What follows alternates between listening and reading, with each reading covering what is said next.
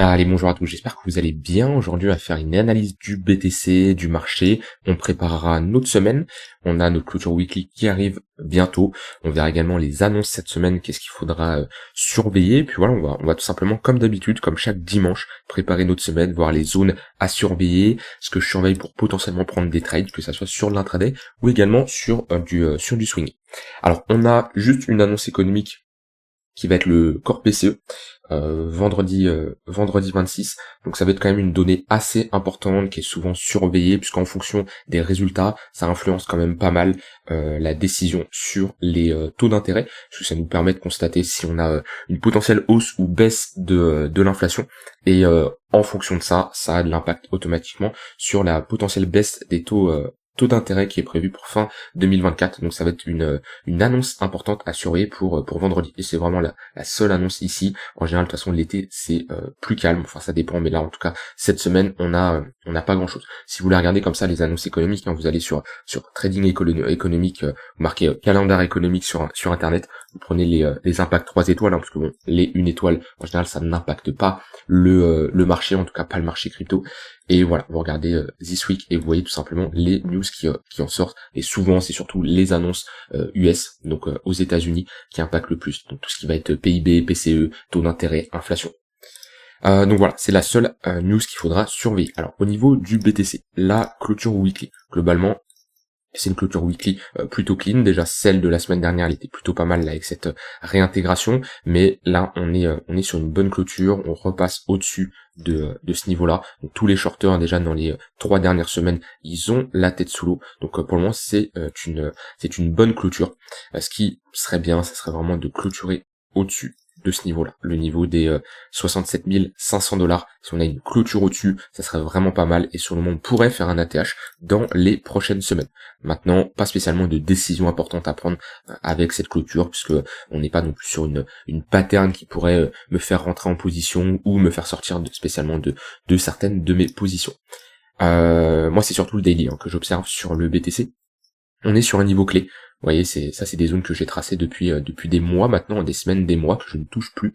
Je peux en ajouter, mais pour le moment, il n'y a aucune raison d'en ajouter. On a 4 zones clés à l'intérieur de ce range-là. C'est là l'importance de quadriller une charte. Pas besoin d'avoir 40 000 niveaux. En fait, au plus simple, le problème de mettre trop de niveaux, c'est si vous avez un niveau ici, puis un niveau ici, puis au final vous avez des niveaux partout, c'est intradable, d'accord. Le but c'est, ok, vous avez vos zones d'intervention, on a des niveaux clés, les plus grosses zones c'est les 60 000 $, les 67 000 $ et les 72 000 $. Là on a un niveau intermédiaire qui est pas aussi puissant que des extrémités, mais c'est un niveau où là sur l'intraday ou du swing, il peut y avoir des opportunités en fonction de comment vous vous positionnez. Mais voilà, ici on a réintégré ce niveau-là. Pour le moment, il fait office de support. On a été chercher la prochaine résistance, les 67 000 $. C'est un gros niveau à passer ici, parce que ça nous ferait réintégrer ce range-là où on a eu une autre phase de distribution qui a provoqué cette baisse.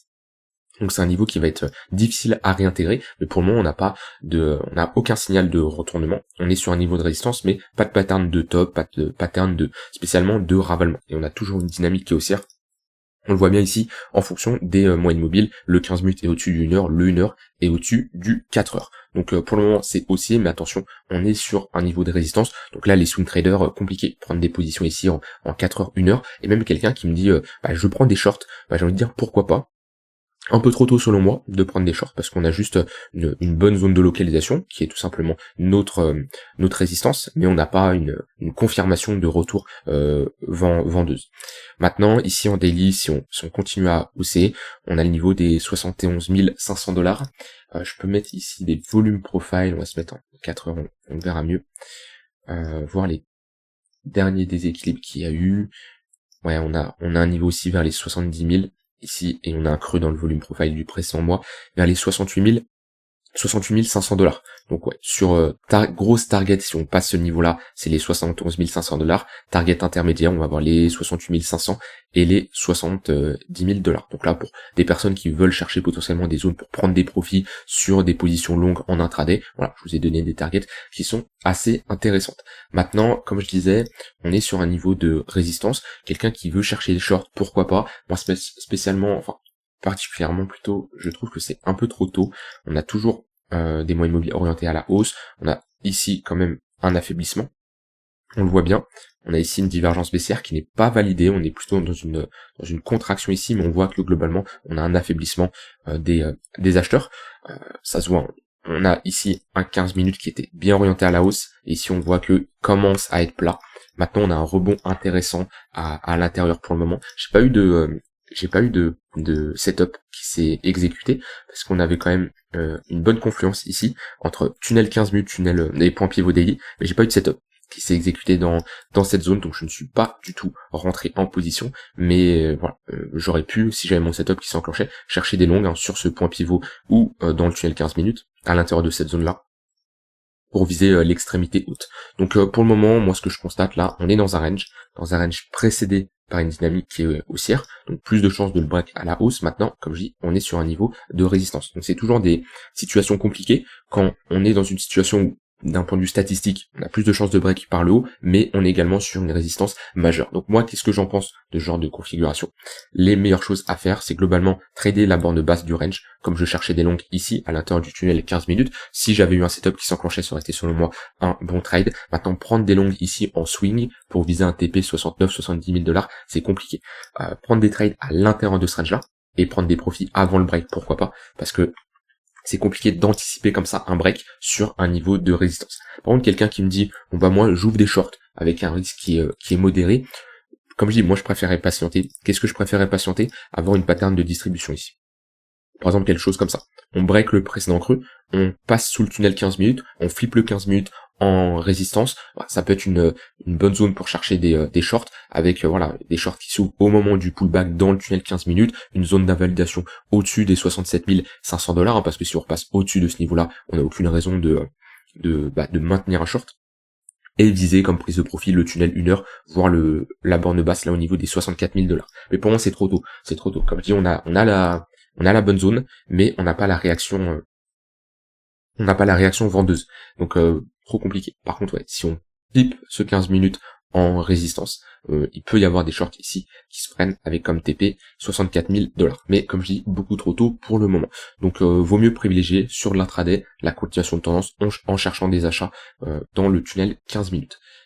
Sinon, on peut regarder également nos volume profile weekly. Tac. Voir ce qu'on a. Ouais, on a ici un niveau également, 66 000 $, à voir si on y va, comment on réagit, mais c'est vrai qu'on a un déséquilibre. En général, c'est creux dans les volumes profile, c'est des niveaux intéressants. Alors, on prend jamais le volume profile de la semaine actuelle, on attend qu'il y ait une nouvelle semaine qui débute. Par exemple, vous voyez ici, on a un déséquilibre, ok? C'est pas un niveau qu'on va utiliser dans la semaine qu'on va trader, donc globalement, cette semaine-là. Par contre, lors de l'ouverture de l'autre semaine, c'est une bonne zone. Et on voit que c'était une zone pertinente où on est revenu chercher et il y avait de quoi prendre des shorts à l'intérieur de cette zone-là. Et comme ça, ce genre de déséquilibre, pour les semaines d'après, c'est de très bons niveaux à utiliser. Mais on ne trade jamais le volume profile, en tout cas, moi, je ne l'utilise pas comme ça, le volume profile de la session actuelle. Si je suis en mon weekly, j'attends que ma semaine se clôture pour utiliser le volume profile lors de la semaine d'après. Voilà, sur le BTC, rien d'autre à ajouter selon moi. Globalement, j'ai toujours un biais sur du court moyen terme qui est plutôt bullish. On a toujours des news assez intéressantes qui arrivent. On a le TEF Spot Ether, je l'avais dit la semaine dernière, je l'avais dit il y a 2 semaines, je leur dis aujourd'hui, qui est censé arriver cette semaine. Peut-être, on verra, à chaque fois c'est toujours décalé, mais voilà, je prends les infos que j'ai, hein. C'est pas moi qui crée les infos, c'est pas moi qui annonce quand le TEF Spot Ether va arriver, c'est pas moi qui les invente, mais voilà, aux dernières nouvelles, ça pourrait arriver le 23-24 de ce que j'ai vu. Donc voilà, affaire à surveiller. Dans tous les cas, je vous ai dit globalement ce que je surveillerai sur le BTC. Si je résume, on est plutôt dans une zone de résistance, donc ça peut être intéressant de prendre des profits, ouvrir des shorts, pourquoi pas, mais j'attendrai une réaction vendeuse, pour le moment c'est trop tôt, et sur de l'intraday, je chercherai plutôt des achats sur de l'intraday. Et si on break, ici, bah pareil, hein, je ferai de la continuation de tendance. Au niveau des spreads, toujours des spreads négatifs, donc ça c'est plutôt pas mal, on voit qu'il n'y a pas spécialement une grosse euphorie sur le marché. Au niveau de l'order flow, pas une grosse hausse de l'open interest, on a toujours un funding qui reste globalement en plat. Donc ça pareil, c'est plutôt pas mal. Ouais, rien d'autre à ajouter là-dessus. On voit pas qu'il y a une grosse demande pour le moment. Enfin, une grosse demande. Il y a de la demande, mais il n'y a pas une grosse euphorie sur le marché. Au niveau des inflows des ETF spots, on a eu un petit ralentissement. C'est pour ça que le prix galère, ralenti ces 2 derniers jours, mais enfin non, ça c'était plutôt le 17 et le 18. Donc 17-18 c'était ici. Et on a eu quand même cette hausse. Donc après, c'est pas spécialement les inflows qui drivent à 100% le BTC, mais dans tous les cas, on voit que lorsqu'on avait ici de gros inflows, c'est 14, 15, 16, on était ici, et après ça a ralenti. Donc pour le moment, comme je dis, surtout aucun signal de retournement. Faudra surveiller cette semaine et surtout en fonction de l'annonce du corps PCE. Voilà pour le BTC. Vous avez mes zones, vous avez globalement ce que je surveille. Après, d'un point de vue long terme, moi je fais pas tout le temps des analyses weekly, monthly, mais moi on est toujours dans des zones où c'est compliqué de se positionner. Les fenêtres d'achat sur le BTC, vous savez, on en a une tous les 2, 3, 4 ans. Faut savoir les saisir. Là, il y avait notre fenêtre qui était là. Après, ceux qui sont arrivés entre temps, j'ai envie de dire, c'est pas de votre faute, faut bien arriver à un moment. Après, il y en a qui vont quand même rentrer ici en se disant, peut-être que je prends un drawdown de moins 40%, c'est le risque. Alors, pour moi, il y a très peu de probabilité qu'on retourne sous des 44 000 $. Ça ne m'empêche pas qu'on peut avoir un moins 30%. Dans le pire des scénarios, j'ai du mal à voir un BTC revenir à 30 000 $ au vu du coût de production du BTC pour les mineurs. Mais ouais, on est quand même sur des ATH, donc c'est compliqué de rentrer en position ici. Ether, on est sur un milieu de range. Ok, parfait. On est sur un milieu de range, donc toujours compliqué Ether, vu qu'il se passe pas grand chose. On est dans une zone un peu morte pour prendre des décisions. Ici, c'est pas la meilleure zone. Soit on a un retracement, on revient chercher les 3250 $. Dans ce cas-là, on pourrait être sur une zone pour chercher des achats. Si on va chercher la borne haute et on voit comment le marché réagit, si on a une pattern de retournement, ça peut être une zone pareille pour prendre des shorts. Si on a la réintégration de cette borne et qu'on la flippe tout simplement en support, ça peut être une bonne zone pour aller chercher ici les 4100 $. Mais actuellement, on est sur une zone morte sur Ether. Alors, zone morte actuellement sur du swing, sur du 80 daily, sur de l'intraday, on voit qu'on est revenu chercher le tunnel 15 minutes. Pour le moment, on réagit plutôt bien. Ça serait bien de clôturer au-dessus de ce niveau-là pour avoir cette pattern ici de continuation de pattern en W. Mais ouais, ici, si je chercherais à me positionner sur du daily 4 heures, comme je dis, c'est une zone morte, on est sur un milieu de range, c'est pas la zone idéale. Il y en a qui chercheraient des shorts, vu qu'on est sur un milieu de range, et on vient de la borne basse, donc on est sur une zone de résistance, sauf qu'au vu du momentum, au vu du flux actuel, chercher des shorts là, en daily, comme ça, c'est compliqué, surtout qu'on on n'a pas de ravalement, on n'a rien qui nous montre qu'on a une réaction vendeuse.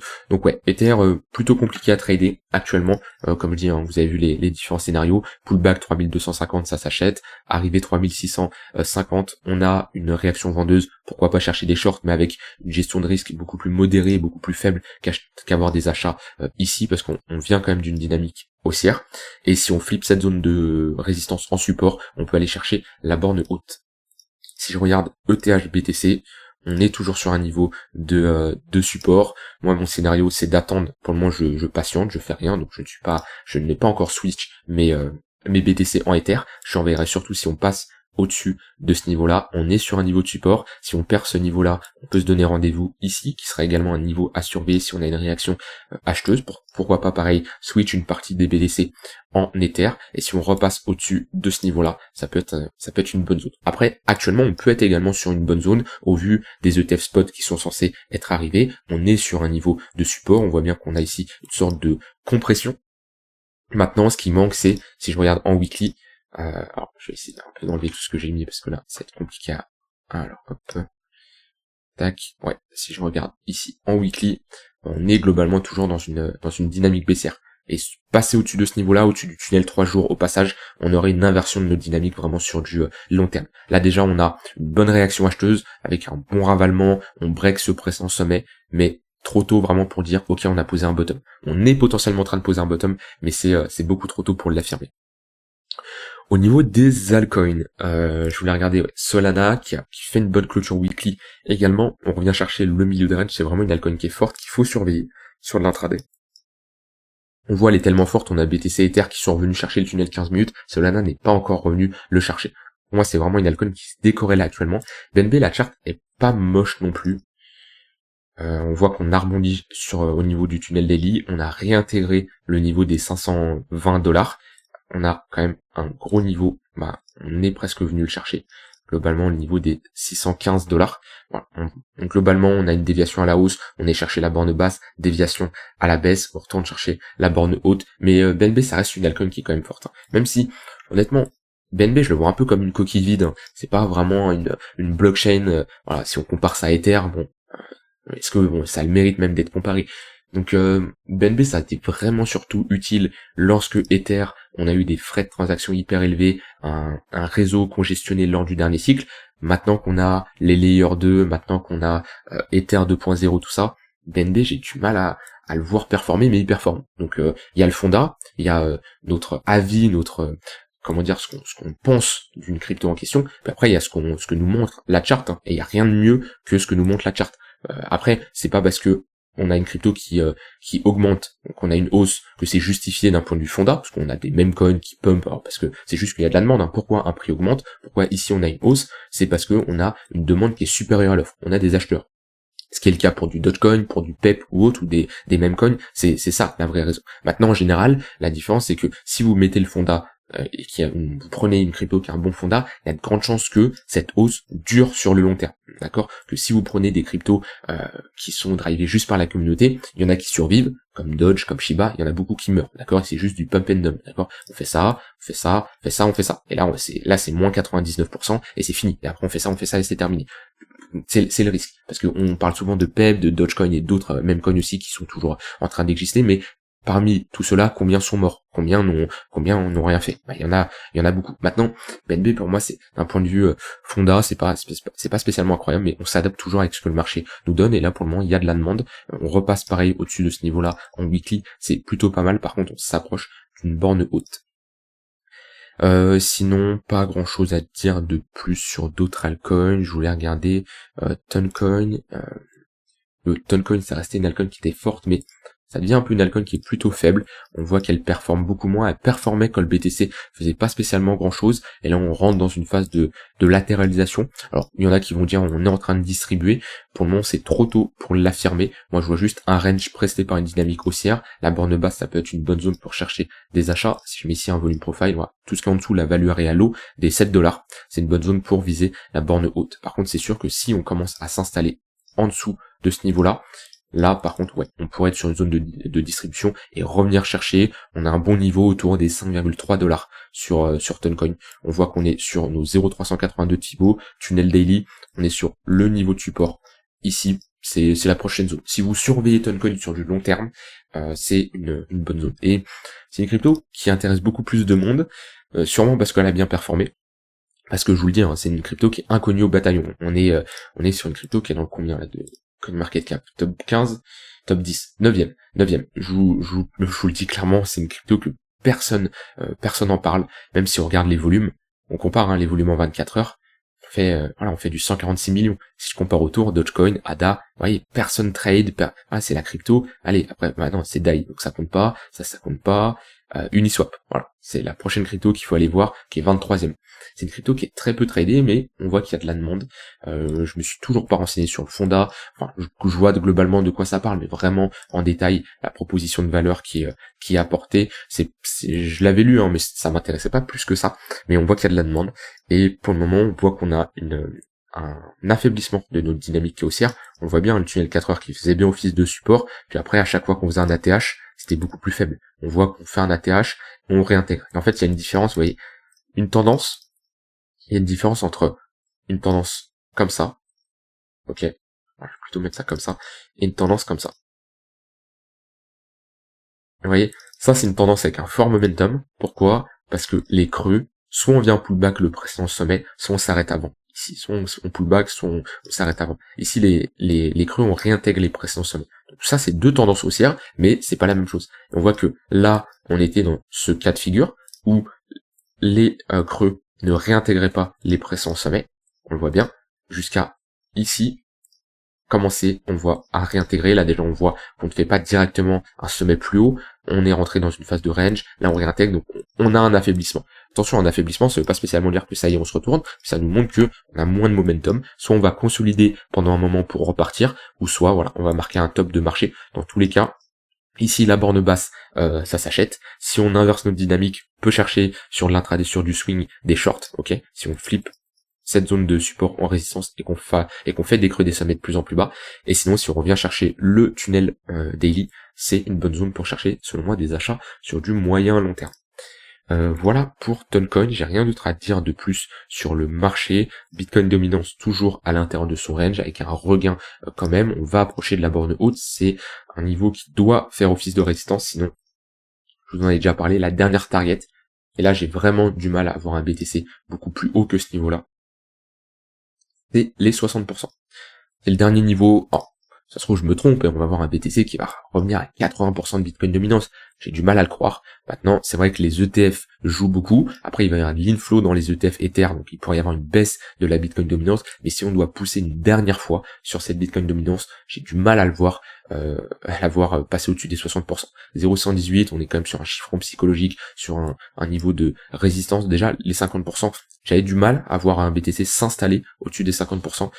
Après, comme je dis, peut-être je me trompe, mais ça serait surévalué d'avoir une dominance. Donc c'est le market cap de BTC.